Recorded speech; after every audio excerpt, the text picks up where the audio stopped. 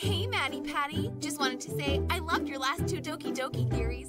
Well, thanks, Monica. That's really sweet, actually. In fact, we liked them so much that we wanted to give you a sneak preview of our new game. The Portrait of Markov. I believe you're familiar. Wow, that's actually really exciting. I would love to start to find out more about your secret origin story. Is this a download code, or...? Well, we didn't want to make it too easy for you. We thought it would be fun to play a little game. No knives or ropes, I hope. Of course not, silly.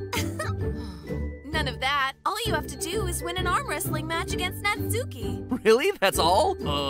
Okay. Let's go, Cupcake!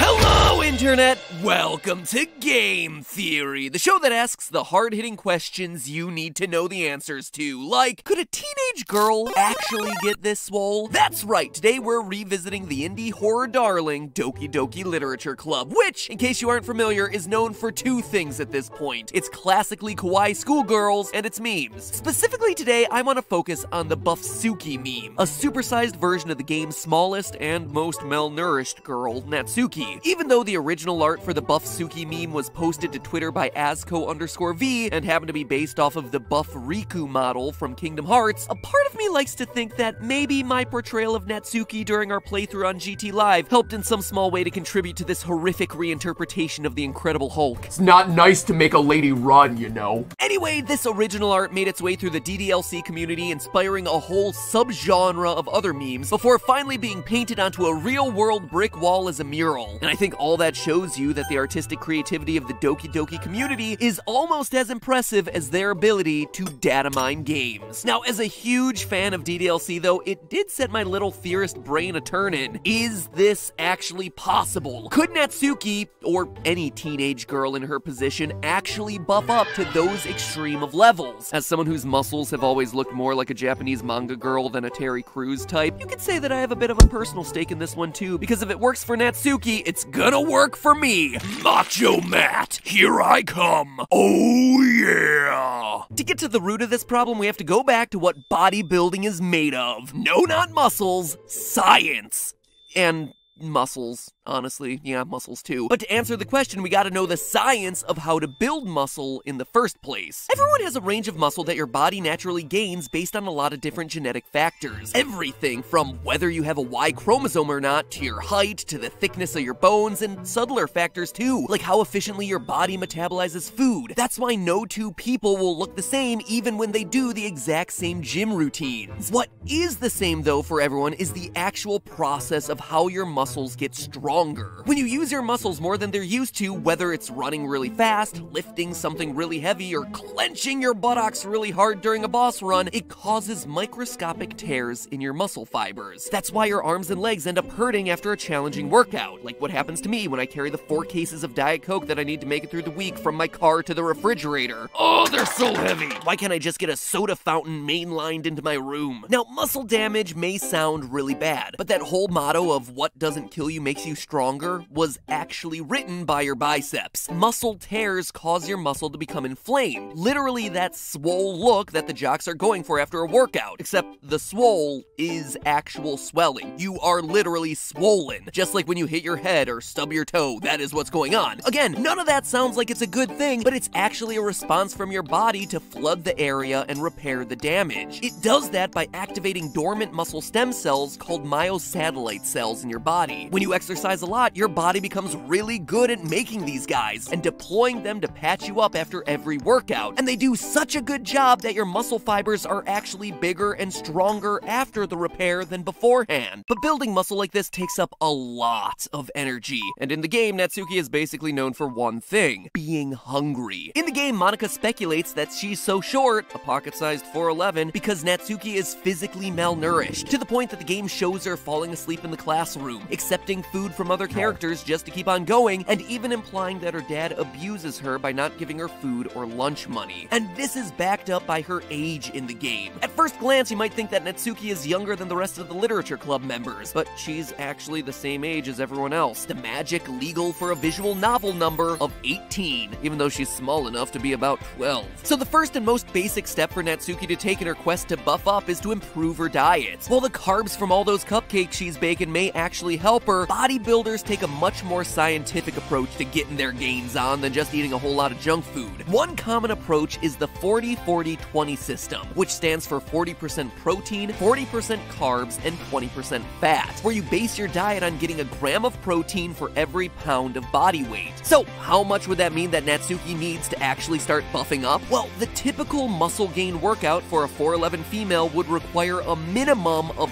1,200 calories per day, which is honestly nothing compared to pro bodybuilders who typically need between 2,600 calories if you're a female and about 3,300 calories for the guys, sometimes even maxing out at 5,000 calories per day, which you can guarantee is a bit more than a few cupcakes and a protein bar. But remember when I said that there are a lot of factors that go into gaining muscle? Well, even if you're killing it in those macros, that's a fit people speak for eating well, your body has its own internal limits on how much lean muscle you can typically gain. Because a lot of people want to know about this stuff, fitness experts have actually come up with a formula to calculate how much your body's max lean weight is. Martin Berkhan's formula is one of the most common online, and plugging Natsuki's height into it, we get ourselves a whopping maximum lean muscle mass weight of 108.3 pounds. Wait, that's it? Just over 100 pounds? There is no way our Buffsuki meme weighs only 108.3 pounds. For comparison, here's what 5'3" bodybuilder Debbie Lazuski looks like at 145 pounds. It is definitely impressive. She could probably crack a walnut with those biceps. But she is nowhere near the size of Buffsuki, whose biceps are twice as big as her head. So, sorry guys, I know that we all wanted to run out there and get on the Buffsuki exercise bandwagon to show the world our hot new bods, but there is no way for Natsuki to even get close to Buffsuki territory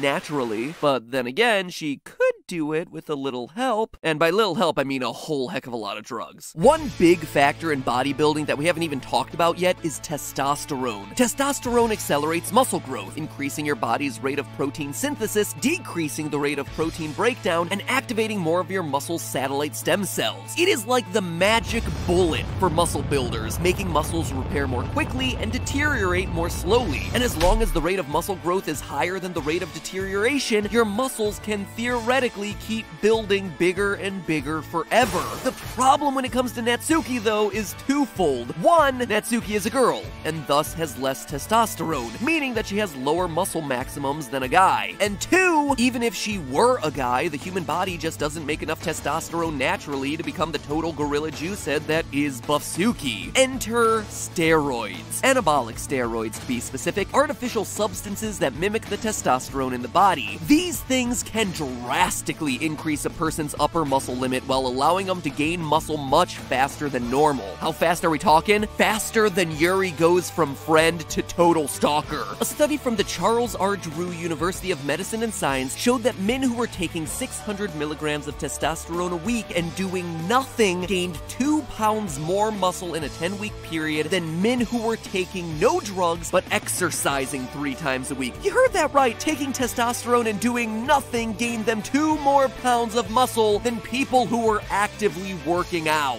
The group who were using testosterone and exercising, meanwhile, gained an astonishing 13 pounds of solid muscle in that same 10-week period. Crazy. That is the power of testosterone. Another study performed at McLean Hospital in Belmont, Massachusetts, tracked 157 male athletes to determine their FFMI, or fat-free mass index, basically a measurement of muscle size. The highest FFMI recorded in natural athletes was 25, while the buffest steroid users clocked in at FFMIs of 32. And for comparison, Ronnie Coleman, widely regarded as the greatest bodybuilder of all time, managed to hit an FFMI of 38.8 in his prime. Now, the ceiling for female bodybuilders is a bit lower than that. Natalia Kuznetsova, the European deadlift and bench press champion, has an FFMI of 28. But there are additional steps that the aspiring Buffsukis of the world can take, like taking estrogen blockers and a cocktail of other steroids to push their ceiling even higher. Many bodybuilders, both men and women, stack different kinds of steroids, combining their effects along with other drugs to further increase their growth potential.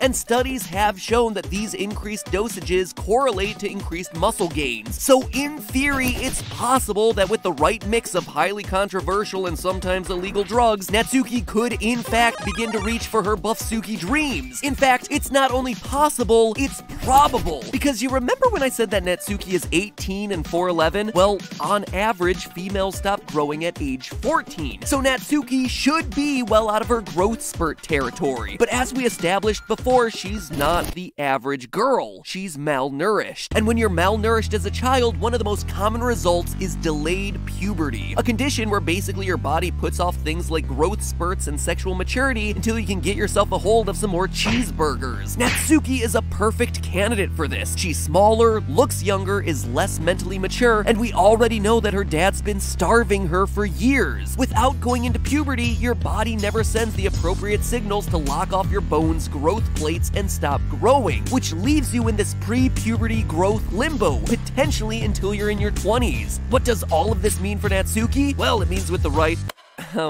chemical help, she could not only gain more muscle, she could also potentially grow taller. HGH, or human growth hormone, became a favorite stimulant for bodybuilders who pushed the boundaries starting back in the 1970s because it's associated with massive muscle gains above and beyond even what you can get with anabolic steroids. So by taking HGH to increase her muscle mass, Natsuki could trigger a growth spurt to bring her up to a more intimidating Buffsuki-like height and also expand her natural maximum muscle mass dramatically, increasing the effectiveness of her all-new eating habits and whatever other cocktail of steroids she's using as well. Long story short, as horrific as it may sound, her malnutrition may have just worked in her favor, delaying her growth phase until now, which in turn opens her body up to all sorts of crazy growth from the steroid cocktail she'd be taking. Step 1, start eating a ton of food in 40-40-20 ratios to build up some energy reserves. Step 2, load up on the HGH to dramatically expand muscle capacity and get the most out of your newly started puberty growth spurt that she missed out on when she was younger. And step 3, work out like